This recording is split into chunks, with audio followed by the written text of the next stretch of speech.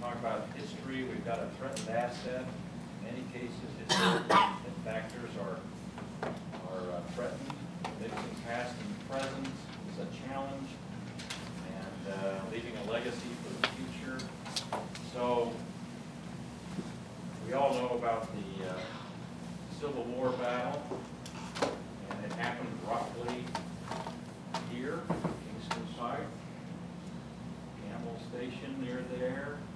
We've got Old Concord Village. So we know that heritage is of value. We've got a lot of little known resources, and if you look outside, there's a map out there where we've mapped all the, not only have we got the Civil War battlefield, we got a lot of lesser things like some mill pond features. We've got some other smaller features that people know about that are not well. But by the end of the day, when we sort of cataloged them all, it seemed like there were about a dozen things that you could actually be interested in and looking at. We've got multiple, we've got both events and we've got features. We've got, we can appeal to residents. There are a lot of heritage tourism, and then we can also keep visitors interested in a few things as we live here. The Heritage Academy decided that Farragut does have its own identity. We have a rich heritage, and we should use that as a design foundation. We should incorporate heritage into the town center, and we ought to create activities related to heritage and learning, take advantage of that. When we asked about what primary role heritage should play, some of you thought it was a place for residents to connect, or some of you thought it was a bigger part of the bigger regional stories. So if you wanted to do heritage development, what's that require? First of all, you can enact and maintain a heritage tourism program. You can promote properties. You can have an interpretation plan, maintain an inventory. You can have an action fund to actually go out and preserve and acquire things. And you can acquire the property all by itself. You can acquire the property and then resell it, so that you, but with some constraints on the heritage aspect of it. You can acquire an easement without buying the whole property, just say it's leave the building the way it is. On the outside, you can have a landmark designation that has to do with how you remodel and change the building, as some cities have chosen that. And you can also insert different kinds of conditions in a development approval that's related to incentivizing those sort of things. So you can have a plan that talks about the story, the resources, landmark plaques, museum you've already got, and markers and tour guides and smartphone media and landmark plaques, all kinds of different options here. Here's some quick examples of what other communities have done. And this is a historical panel. And it's things that were there. You've already got some things like this around the Admiral area out here. And you've got reenactment that already takes place here. And you can combine markers with historic structures.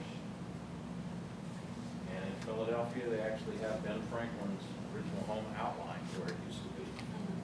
Give you a sense of scale. They haven't got it anymore, but they've reconstructed it. And different kinds of displays. Okay. So which approach to heritage preservation do you think is most appropriate for Farragut? Develop and maintain an inventory. Maybe have an interpretation plan with maps and brochures. Maybe go a step further and promote active use of historic properties.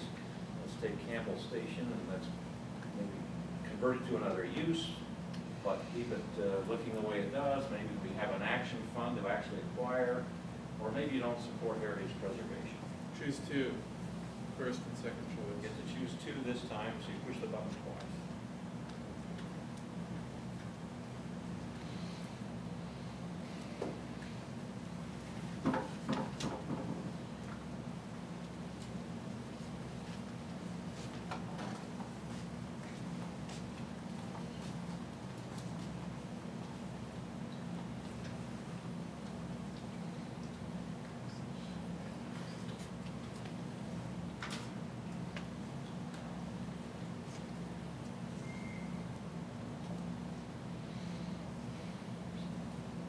Okay, gonna close. Oh, sorry.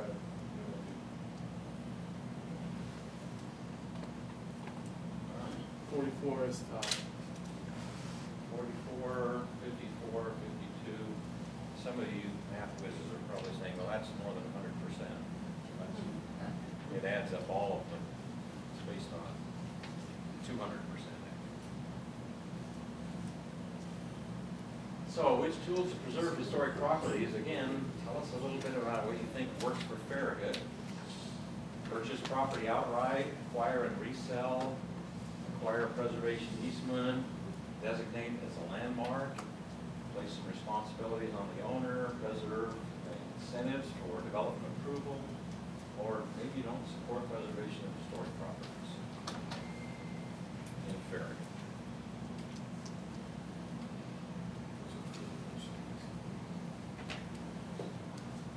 Could you define number 3? Preservation. So preservation easement is just like a conservation easement. I'm going to pay you a certain amount to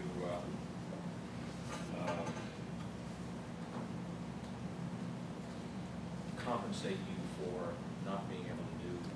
If you accept it, you sell me the easement, it says you voluntarily will keep the building the way it is in return for some subsidy that we would pay you, which is less than the full cost of the property.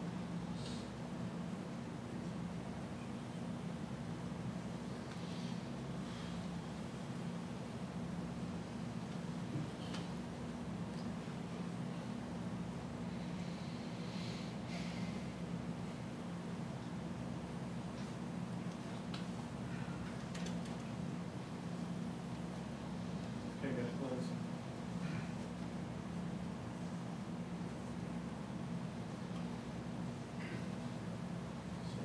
Okay, number 5 is 33%, number 4 is 24. So those are our biggest sellers, all right, 4 and 5. Okay, we're going to shift and talk again about annexation now. The land use master plan says annexation may become necessary. Should primarily occur along major arteries. The strategic plan says annexation is a top priority. We ought to expand the town limits. So here's the proposed annexation areas that were in the urban growth studies. Okay, so we got Concord. What? We're right here. Okay. So this is Concord Village. This is an area down along the river. And some area along the south side of Kingston Pike as you come into town. It's actually in the county now. And then north of the interstate. Now there's some pros and cons for annexation. And you get additional sales tax revenue for commercial uses, better encourage job development, invest in development and infrastructure. You can bring about greater consistency in development. This falls under your regulations. The reason not to annex include costs more to extend services. That's not insignificant.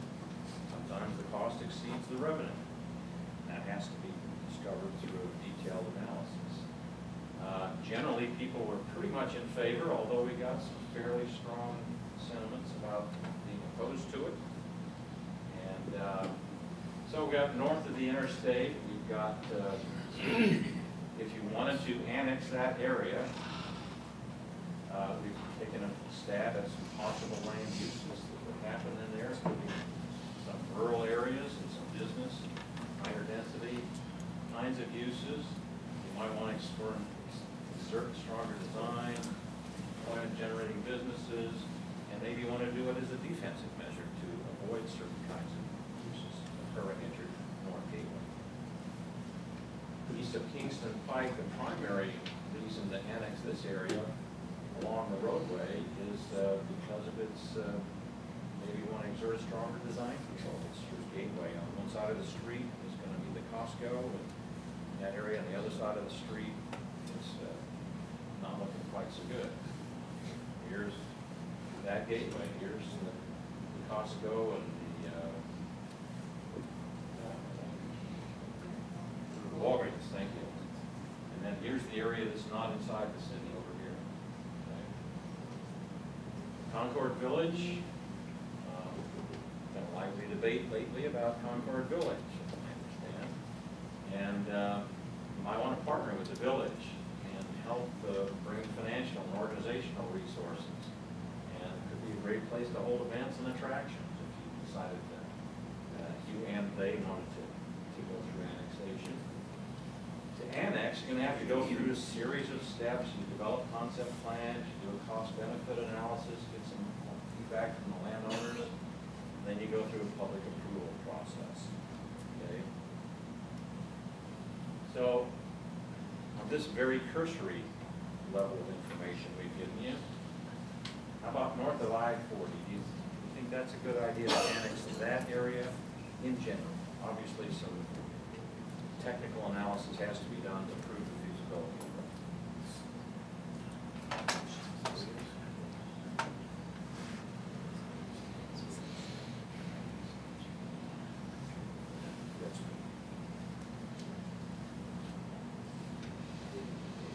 Okay. 40% is the top. 40%. All right. How about the east Kingston Pike area, that area on the south side we just looked at? Good idea, bad idea? Assuming it pencils out.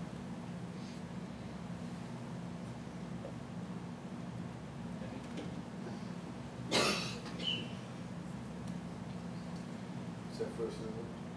The 60. 60? 60, yes. All right. The question of the day, how about Concord Village? It's a good idea, bad idea?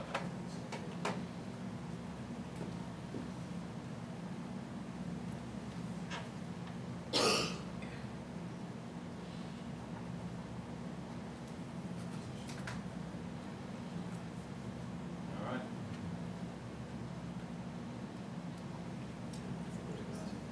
39 and 39. Is the Wow.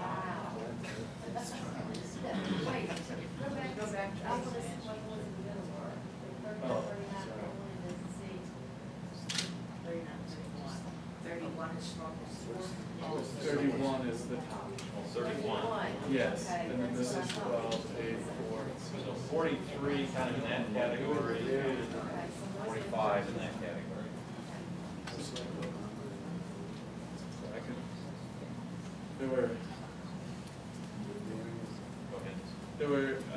there was discussion about just, because it's the gateway into town, along the road coming into town, to just annex potentially the one property that is along that road.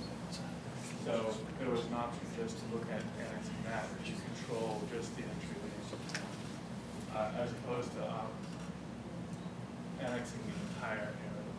So we really want to get some feedback on that concept.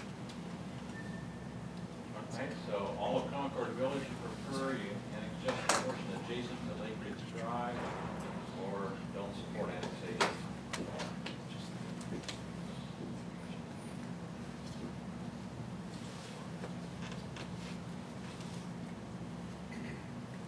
Would you define the number 2? That's not really a gateway. Yeah, I don't know where Lake Ridge Drive is. That parallels the railroad tracks. Is that, I'm sorry, with Concord Drive, I apologize. It's Concord. Concord Road. That's what I- Concord Road. That's right. So that should be Concord Road. I would change that. I might change my answer. Yeah, sorry.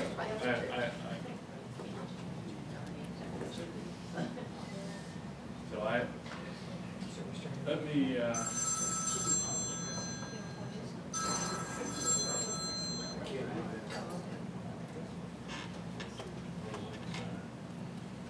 Can you read the those percents, please? We're gonna redo it just to make sure there's no confusion. Yeah,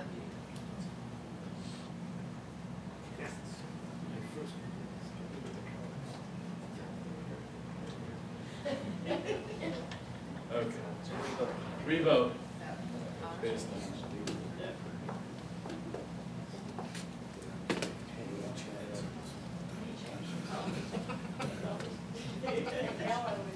I can't, I'm sorry.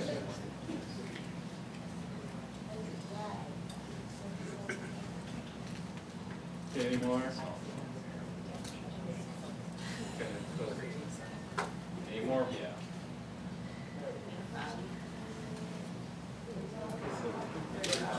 $35. So 35, 44, 21. Okay. Okay. Now we're going to talk about town identity. So the strategic plan says trees and landscaping, attractive signs, gateway monuments, underground utilities on major corridors, architectural themes, attractive public facilities, streetscapes. To what degree we asked them consistency, there was strong support for the idea of some overall design characteristic for Farragut. We did a poll, a visual preference survey, many of you took, put dots on various images, and some of you told us you didn't like, and some you did. And so here are the likes, and some more likes about streetscapes. What do we like? Entry gates and convenience ways, materials, open space, water, barns, one. So, what are Farragut characteristics? What could we say if we wanted to have a distinctive feel when you come into Farragut? What would that be?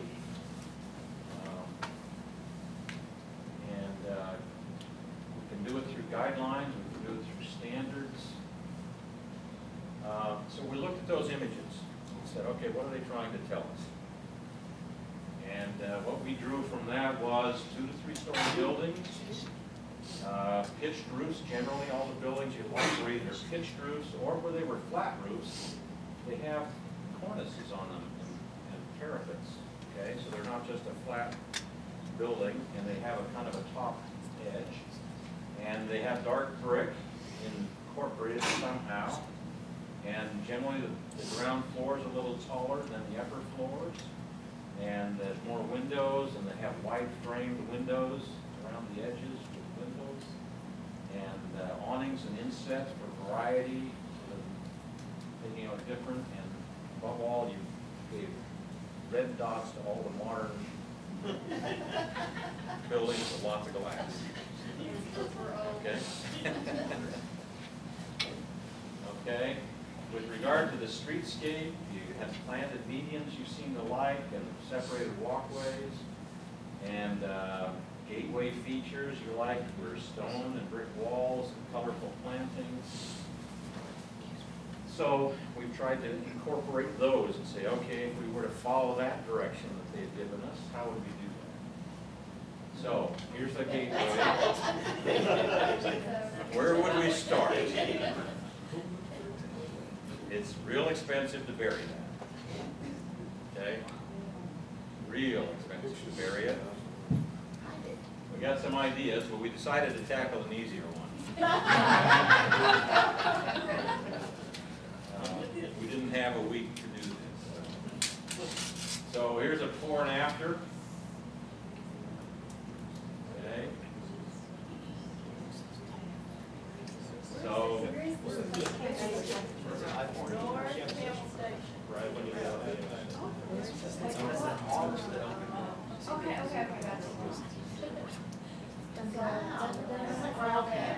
gotcha. So this is not, we decided you're not the kind of people that want to welcome the Farragut. You just want to be a subtle, understated, just, hey, there's something kind of catching my attention here.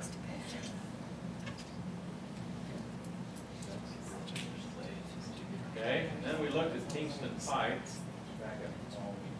And as here's the West End project we looked at. We sort of looked at coming down Kingston Pike into town. Okay. So here's some subtle little things that could be done. Just, it's pretty much a commercial area, but we could put some sidewalks and some street tree planting, a little bit of a median just to signal you're about to come into the downtown core. Okay. And you might do it at the other end as well as you're coming into some of these centers. Okay.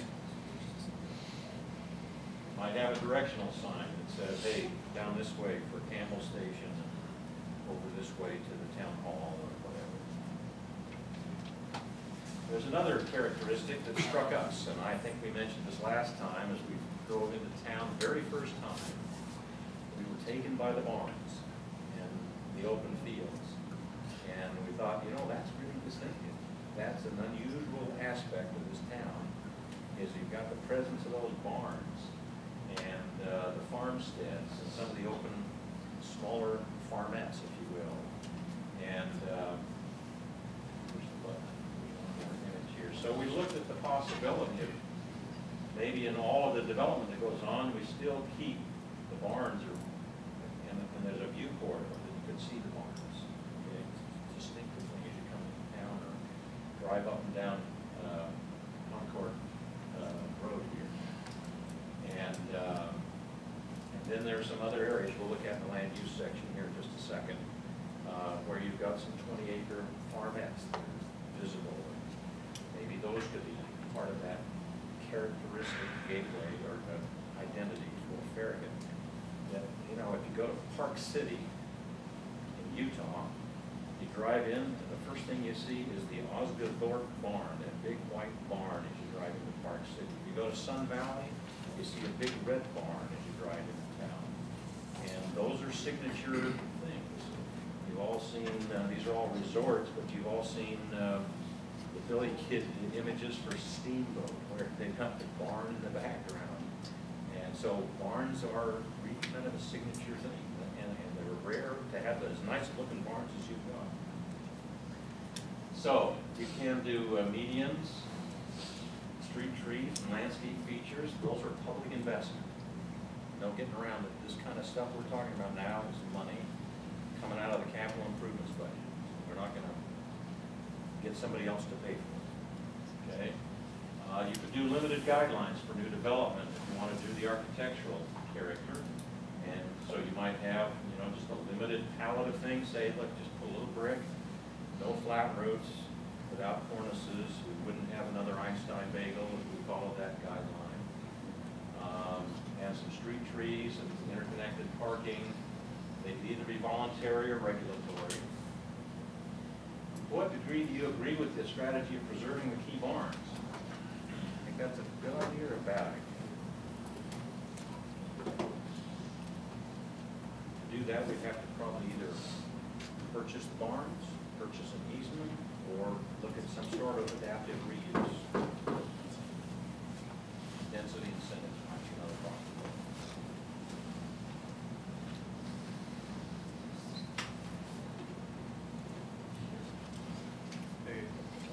Any more? 63, 9, and 9 strongly opposed. Okay. How about pursuing limited design guidelines? Is that a Farragut thing? You have some design guidelines, or do you think that's too heavy-handed?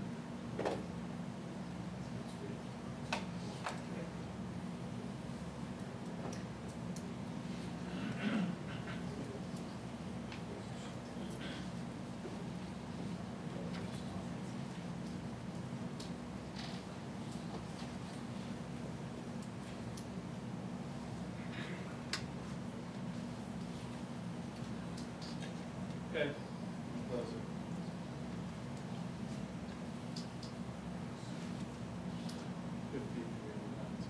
Fifty-three, 19, and 15, and 6% strongly opposed. Okay. How about improving the gateways? Think that's a frivolous thing, or you think that's important?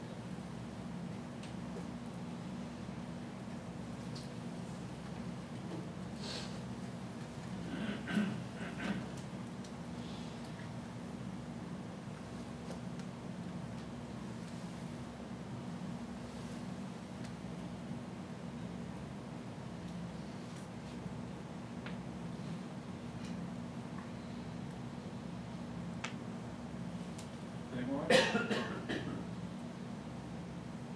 gonna close it.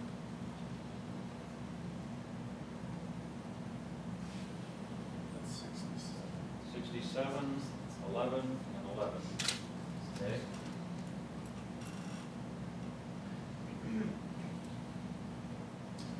All right, now we're going to talk to the land use plan itself is sort of the document or the tool that brings all this together.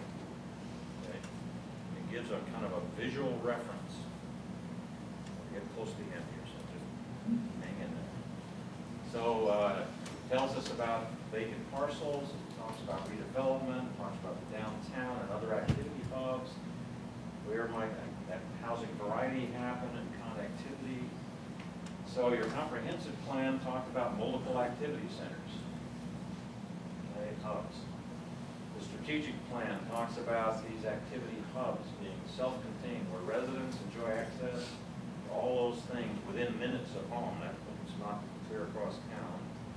The 2001 land use plan set higher density along traffic corridors, retail businesses, and mixed uses are also mentioned and supported. So these activity hubs are places of concentrated variety of uses, and they can be mixed uses, which means stacked on top or right next to each other.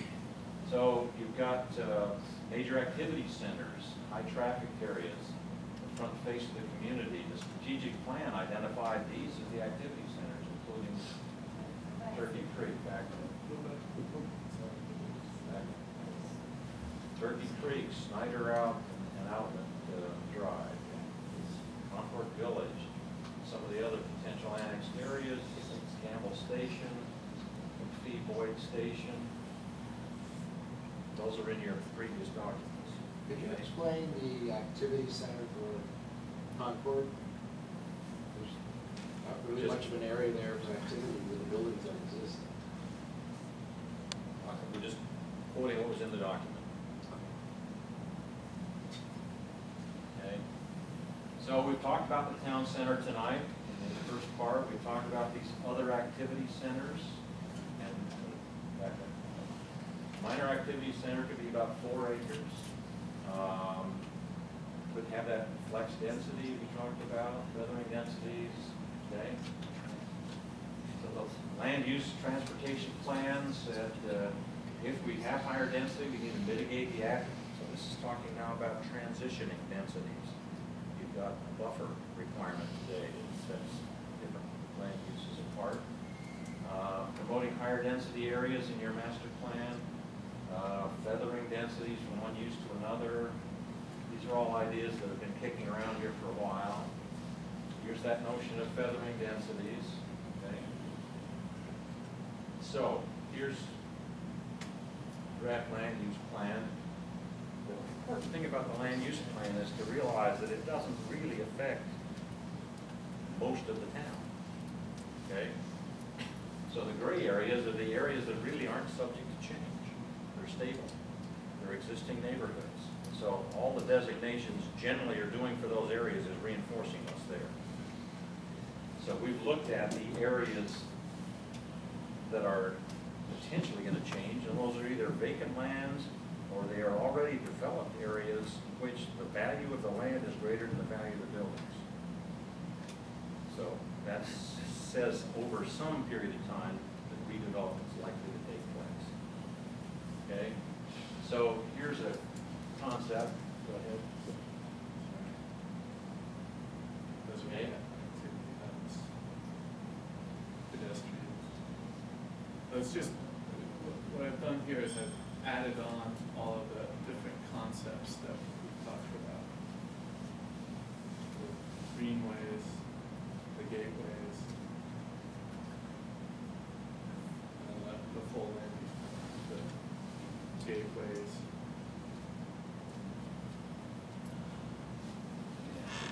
And the activities. This, or this, Actually, both colors, lighter purple. this here. Yes, sir. A good introduction. So that is a mixed use. That's revitalizing those. All right, so Shopping centers. far left, right there, where exactly is that located? Block Road. That's, yeah. That's what, Yeah, Block Road, which is right.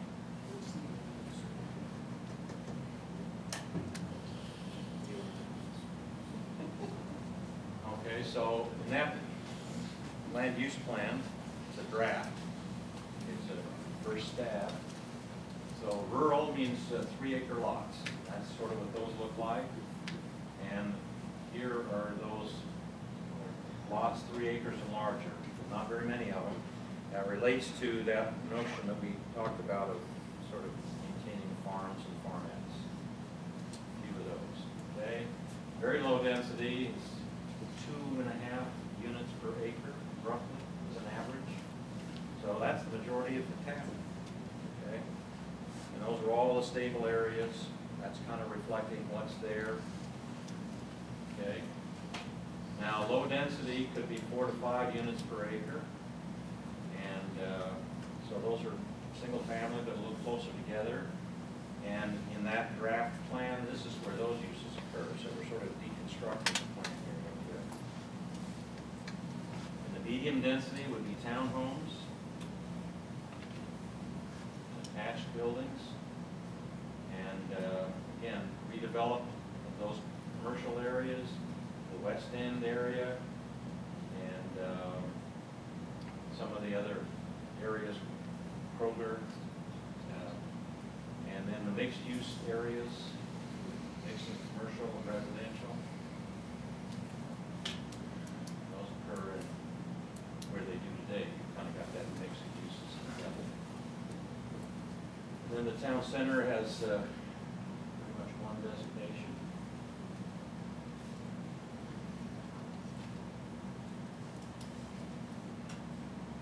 Okay. So that's the general picture of how it all comes together. And thank you very much for your participation. We'd like you to pass your keypads down to the end of the row.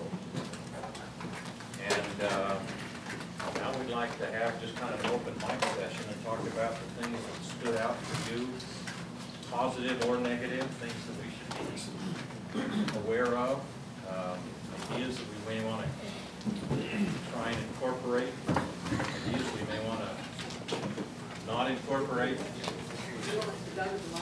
No. I don't think we're recording, sorry, Gary. We don't need to go to mine. But don't speak until I get somebody ready to take notes.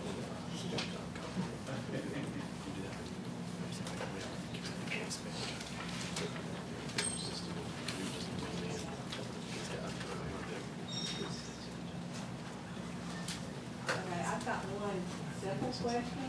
Okay. So I'll ask it first and then go to more complex.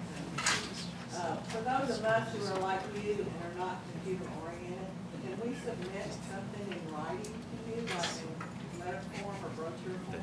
Absolutely. Paul's card is back on the table. That would be a great place to send it. No, there's a business card back there. Okay. All right, the second thing is, as you know, because we've had some discussions, my husband and I own the property that's between the high school and North Campbell Station Road that has now been designated as residential development. I mean, on the plan, like zoning property. And we had an opportunity to buy the property and zone residential. We would not do that. And it was rezoned office and off. And we don't think residential is good there for many reasons we discussed, including we don't think it's economically feasible to do mixed-use development on that piece of property because of the schools, the lights, the football field, the bands, and so forth, and then the development on Campbell Station Road. And we're not willing to develop it the way you designate. And we also don't think there's as big a market for the different types of housing that you described in Farragut, because Farragut is generally a single-family residential place where people use their automobiles, as is most of West Knoxville. And most people go away from here to work, and most of the time when you have those mixed-use developments, it's people work in that area, which they don't do here. There's been a lot of opposition at any meeting that I've ever been to, just over $500,000 condos being put in here. So, you know, you're talking about doing something different here. And what happens to the plan when the owners of the property are not willing to do what you all are describing? Because we're not willing to do that. It's a great question, and the plan has two purposes, okay? One purpose is to try and anticipate what's likely to happen. And the other one is to try and identify things that are important to happen. If there's a reason for certain things being where they are. We need an elementary school somewhere in this vicinity. That would be an important thing to have on a plan.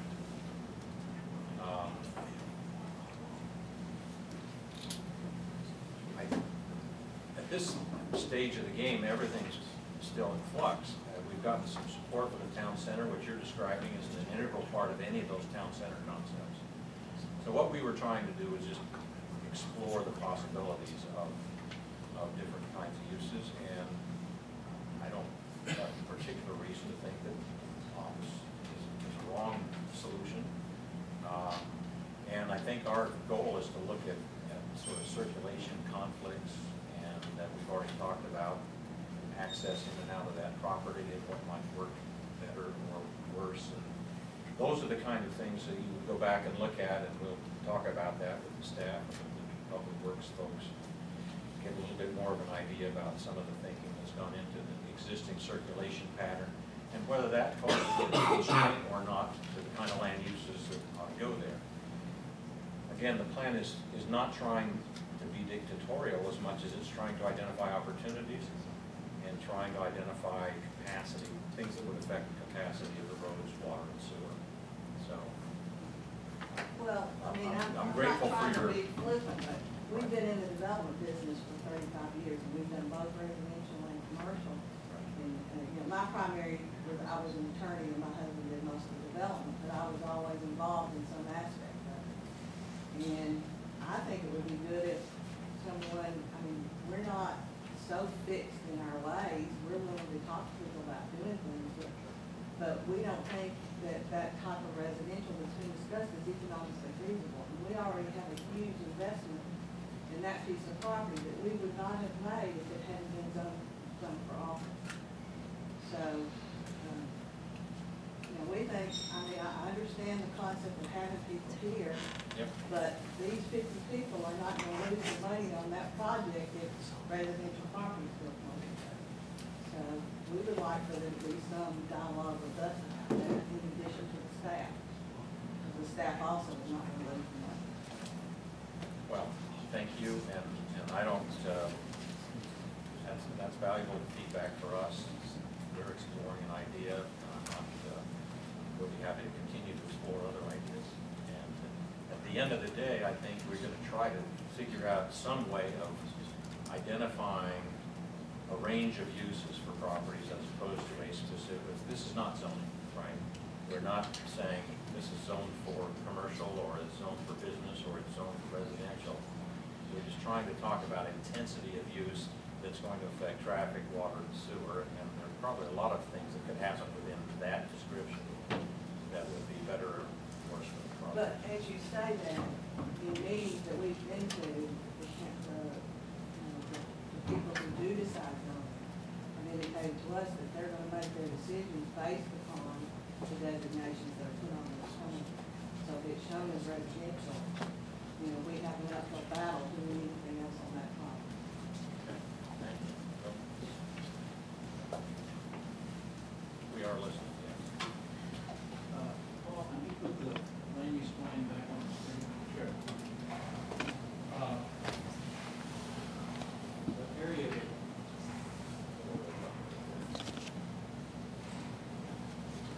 The area that I'm looking at in particular is this activity center, Kansas Station Road, Parkside, and Preacher Chapel Road. the south side and north side of Greaser Chapel, just west of the Turkey Creek, which is right along here, showing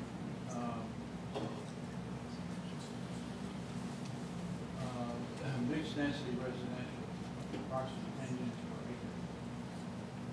The difficulty with that is traffic, particularly Greaser Chapel Road. We don't really have more than about 60 feet of right of way there right now. And to widen that, although it is classified as a minor collector, a minor arterial, I'm sorry, and it functions is that the road is just about at capacity right now. It's about 16,000 vehicles during the weekday travel on Greaser Chapel Road.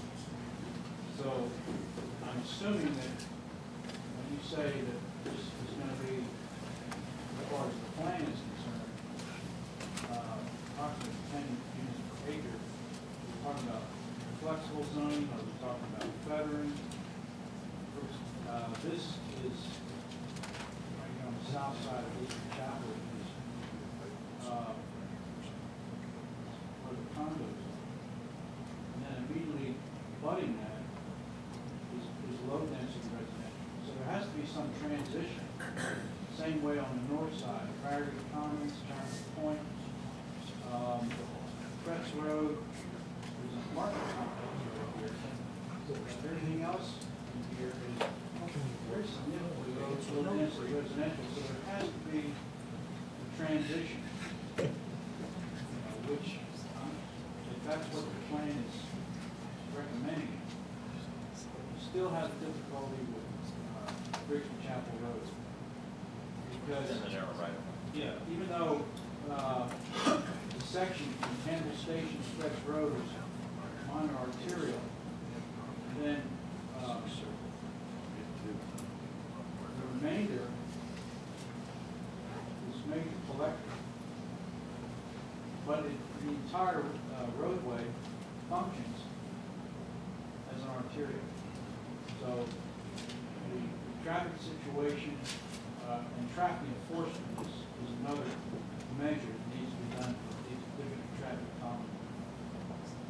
So is your point that we need to rethink the land use, or the fact that if that's the land use and then much of it already exists, Right. that we really need to think about the road itself?